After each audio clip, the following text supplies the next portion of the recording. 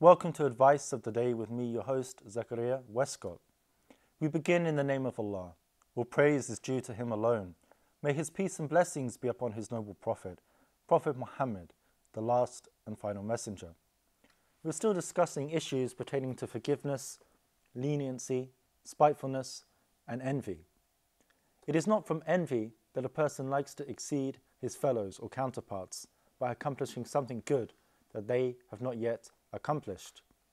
This is because he does not wish the good things that they have should be taken away from them, but wants to excel them, looking forward to receiving Allah's good reward for his effort. Allah the Almighty says, "And for this, let all those strive who want to strive," meaning to hasten earnestly to the obedience of Allah. And Al-Bukhari and Muslim reported on the authority of Ibn Umar that the Prophet, peace and blessings of Allah be upon him, said, "There is no envy except in two. A person whom Allah, glorified and exalted be He, has given knowledge of the Quran, and he recites it during the night and during the day and acts upon it.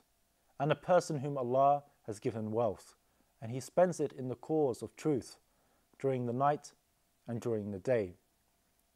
Envy generally appears as a result of enmity, pride, self-admiration, love of leadership, and impurity of the soul.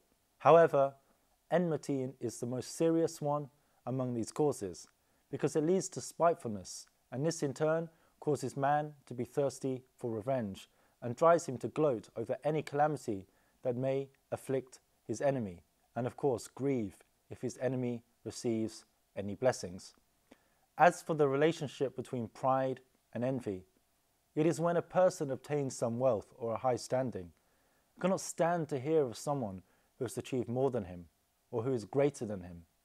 The disbelievers reviled the Prophet, peace and blessings of Allah be upon him, for similar reasons. Allah the Almighty says, and they say, "Why is not this Quran sent down to some great man of the two towns?" Allah Most High also tells us what they said about the believers. Is it these poor believers that Allah has favored from amongst us? Does not Allah know best who are those who are grateful? And in another verse, He informs us that they, the disbelievers, that they said, "You're only human beings like ourselves." And Allah Most High said, "If you were to obey a human being like yourselves, then verily you indeed would be losers."